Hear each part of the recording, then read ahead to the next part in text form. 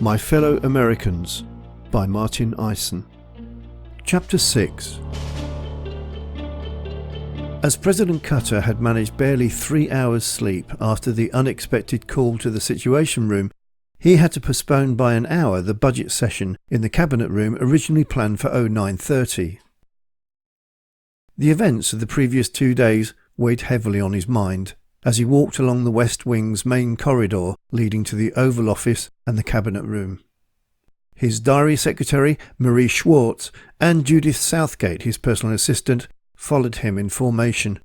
They squabbled over his time availability now that the day had been significantly shortened due to the late start. They both pored over Schwartz's iPad and haggled over diary commitment prioritizations. So concentrated were they on the day's logistics that they nearly walked into President Cutter's back as he unexpectedly stopped in his tracks. He watched as Hadley Armstrong walked out of J. Merlin's office, softly closing the door behind him. "Hadley, yet another unexpected pleasure. This is becoming quite a habit, things getting too crowded over at Langley." The headquarters of the CIA was a mere 20 minutes' drive across the Potomac River, but sometimes seemed a universe away. Good morning, Mr. President. I've just been giving Jay some advice on the dark arts. He needs to know what he can and what he can't say to the press. You know how it is." Armstrong smiled enigmatically. "No, how is it exactly?" said the President, putting Armstrong on his back foot. Complicated, Mr. President. Very complicated. If you'll excuse me, I have a plane to catch." Armstrong's smile started to fade as he passed Cutter, leaving him standing there, deep in thought. "Judith, arrange for J. Merlin and Vice President Waylander to meet with me after the budget session." Judith Southgate's eyes went to Marie Schwartz, who put her fingers to her temple as if stifling a growing headache as she squeezed the added unexpected appointment into his diary. This would mean a day of phone calls to some very upset and impatient people, each of whom believed themselves to be the world's most important gifts to humanity. The Cabinet Room was the largest of the meeting rooms in the West Wing, and as the Cabinet very rarely assembled in their entirety at the President's behest, it was a useful meeting place for larger numbers. Decorated in Georgian style, the room was dominated by the historic oval-shaped table with chairs usually assigned specifically to each cabinet member. At one end of the room, the white sandstone fireplace was flanked by alcoves featuring life-sized porcelain busts of George Washington and Benjamin Franklin. The French windows running down one side of the room opened out onto the rose garden, the light from which gave the room an elegant and airy appeal. It was here that the course of President Cutter's life was about to take a change for the worst, leaving the world resonating in shock. The meeting was about budget reapportioning. It had been President Cutter's idea to create a fossil fuels excise plan that would stimulate the growth of renewable energy into overdrive. In short, his ambition had been not just to levy more tax on the carbon fuels industry, but also to cut the country's runaway military expenditure by a significant amount and divert all those funds into renewable energy industries. It was to be a big upheaval, but as far as he'd been concerned, a necessary one. His aim was for America to become the world leader in renewable, clean energy technology, a direct reversal from the calamitous policies of the previous Trump administration. Dubbed the Swords into Plowshares plan, it had been one of the mainstays of his campaign for presidency. The American people had grown tired of the endless wars and an entire economy that seemed to be built with the military-industrial complex as its foundation. Why this when other civilian-based manufacturing continued to be outsourced to India and China, decimating American jobs in the process? Cutter's plan appeared to make perfect sense. The prospects for job creation in the economy looked excellent on paper. The policy had created a surge of votes from people across the states thirsty for real change and policies that ended the business-as-usual approach to politics. The American people had been bitten many times before by false promises and what they had assumed was straight talking, but that had turned out to create results far from resembling anything pledged. The swords into plowshares policy had, however, created some very powerful enemies for President Cutter. Enemies in the oil and gas industry who would no longer be able to fully control the source of energy supply. "Oh, hell, if anyone could put up a goddamn solar panel tree in their backyard and live off-grid, oil'll plummet. I'll lose money," complained one multi-billionaire Texas oil man. It created enemies in a military. Like giant spoilt children, tantrums were thrown by military leaders and non-existent security threats were exaggerated at the merest hint of a 5% reduction in budget. The generals had become accustomed to having their cake and eating it. They knew that any budget change that wasn't an increase could start a dangerous downward trend unless there was a demonstrable and tangible reason for the constant year-on-year increases. They needed the world to be a dangerous place. Fear was their stock in trade. Fat non-executive defence corporation salaries, their motivation. The gravy train was finally under threat. It created enemies in the Treasury.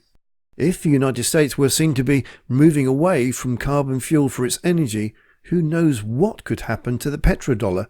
Could the dollar become worthless overnight as the rest of the world pluralized its reliance on carbon fuels too, and even worse, started trading energy in other currencies instead of a dollar?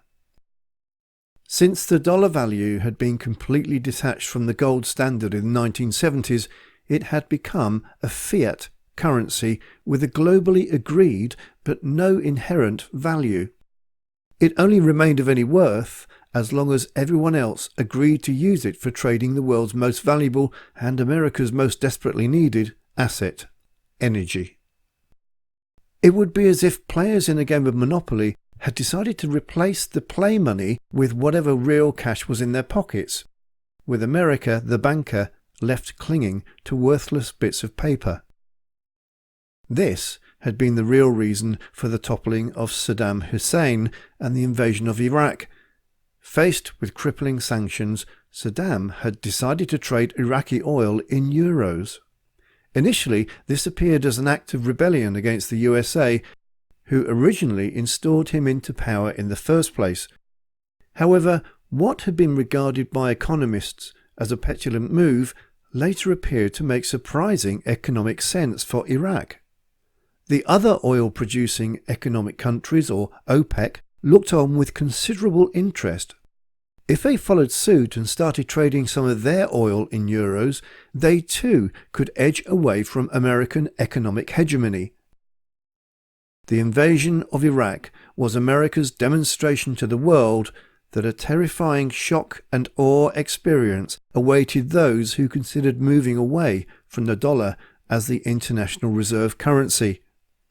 It had been the potential of an unprecedented crash in the American economy that had made British Prime Minister Tony Blair play along. It might have brought ruin to the UK. Never admitting the real reason, but always maintaining he had a good reason for leading Britain into the Iraq invasion, it was to be the motivation behind Blair's unrepented stance.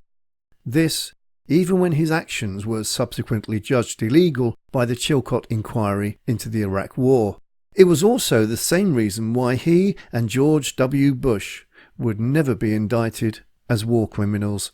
They felt they were protecting the West from the ultimate threat, economic meltdown.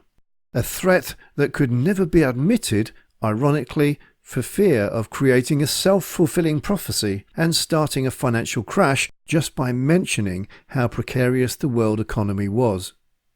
Like a massive circus elephant on a tightrope, America has found itself teetering on a flimsy currency for its power, dependent solely on everyone's agreement to use it. This explained, to anyone who cared, the dangerous paranoia of a superpower about to fall. It had been the same reason why Russia's President Putin, once the darling of the West, suddenly became the world's most dangerous villain. In 2005, he simply agreed to trade oil and gas in euros. To the Russians, trading energy using the currency of one's biggest customer, in this case Europe, made perfect sense. It was just a matter of time before Condoleezza Rice, Secretary of State under President Bush, would fly to Moscow carrying warnings about the state of Russia's democracy infringements. In private, the Russians drank their vodka and laughingly toasted America's invention of its new term for currency, democracy. 9 years later, the Russians and Chinese further upset American dollar hegemony by striking up the largest energy deal in history in May 2014. The $400 billion energy deal between Moscow and Beijing was financed in yuan and rubles, pointedly excluding the petrodollar, giving another powerful reason for the United States' renewed animosity against the two nations. It was to be an animosity that precipitated Obama's so-called pivot to the east, where US military attention moved away from Iran to policing the Pacific Rim and pressurizing China. The US-supported regime change in Ukraine also served to tighten the noose on Russia's newfound currency freedom. President Cutter's decision to focus on renewables was simple.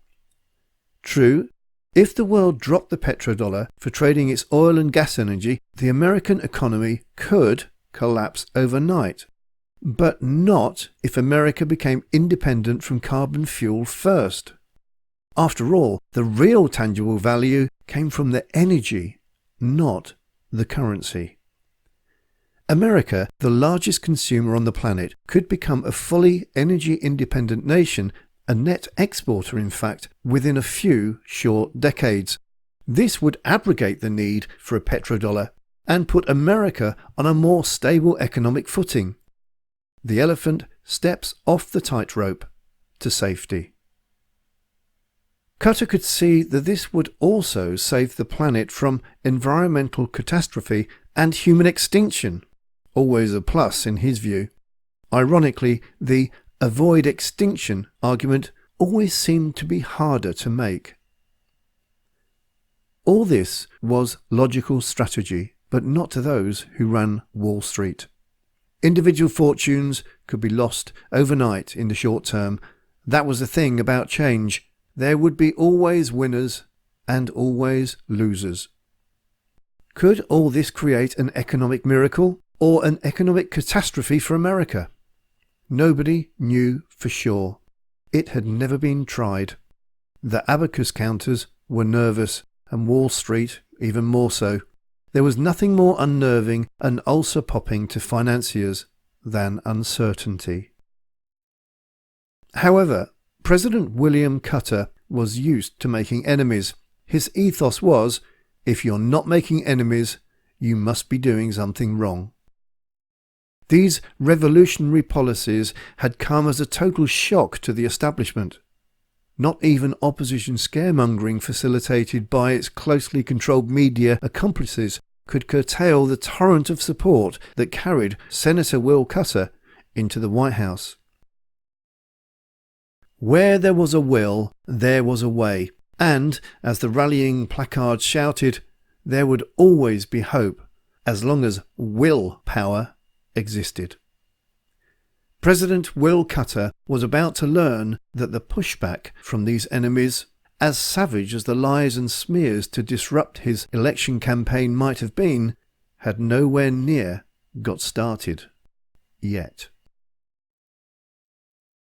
He had been in mid-sentence addressing the Energy Secretary along with a group of renewable energy industry representatives when Judith Southgate swiftly entered the room and whispered something into his ear.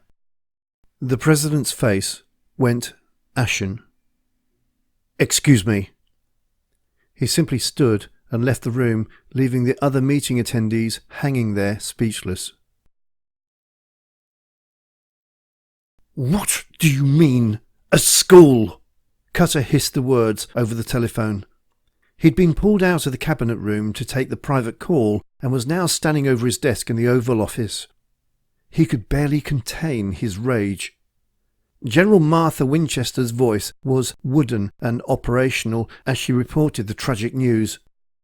"We received intelligence from the ground in Syria that the drone strike was on a school, Mr. President. I really don't know how this could..." "Well, you were there, General. Why the hell didn't we know this? A school? We aimed at 2 notorious terrorist savages, but took out a goddamn school? How many?" "Mr. President, I can assure you that this..." "Tell me, Martha, how many children did we kill last night?" We're not entirely sure, sir. Guess! From the side of the building, we think maybe 200. 2 other local schools had been closed due to damage, and they were joined together and... 200? Jesus H! Will Cutter's heart turned to water and his blood ran cold. How could this have happened? We have the most sophisticated intelligence in the world, the largest military force with the most advanced command and control technology known to mankind. And we've just blown 200 innocent children and their teachers to bits? It made the crimes of the Al-Qadir brothers pale into insignificance. Mr. President, are you still there? Just... Tears were welling in his eyes. He had trouble swallowing a lump in his throat. "Just come back to me when you have more information. We need to meet. Get yourself over here." Yes, Mr. President." Winchester hung up. President Cutter continued to hold the secured landline phone receiver to his ear, oblivious to the silence. He imagined classrooms of pupils, eager to learn about the world and how to make it better for future generations, scribbling their sums, writing their stories, drawing pictures, for teachers who desperately tried to provide them with some semblance of normality in this war-torn country. Then an explosion from hell. A raging heat that would instantly burn away clothes and cook flesh if it had not been first instantly blown away to indistinguishable pieces. Then there would have been the toppling concrete walls on fragile limbs, then a deafening silence of disbelief, then the wailing of the injured, the rush of the horrified parents and family members to the school, the bare hands desperately clawing away at disintegrated concrete and brickwork until they were cut and blooded by the efforts. The tears making tracks down grime-covered cheeks, the breast-beating of bereaved mothers, the chaos of helpers, the beginning of crying over loss that would last a lifetime without relief. Then the pure, unrestrained anger. President Cutter slowly replaced the receiver, tears streaming from his eyes. He hadn't noticed Judith Southgate enter with a glass of water. Mr. President, Not now. Not now. Go." He could hardly muster the strength to string words together. Hands flat on his desk to steady himself, and with his head hanging low, he raised a hand to indicate that he wished to be alone. Judith silently placed the glass of water on the desk and left.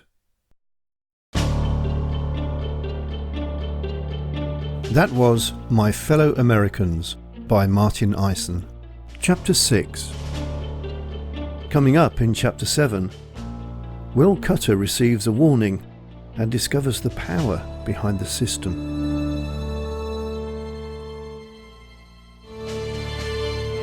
You can purchase all 38 chapters of this audiobook on Audible, Amazon and iTunes. Printed and Kindle versions also available.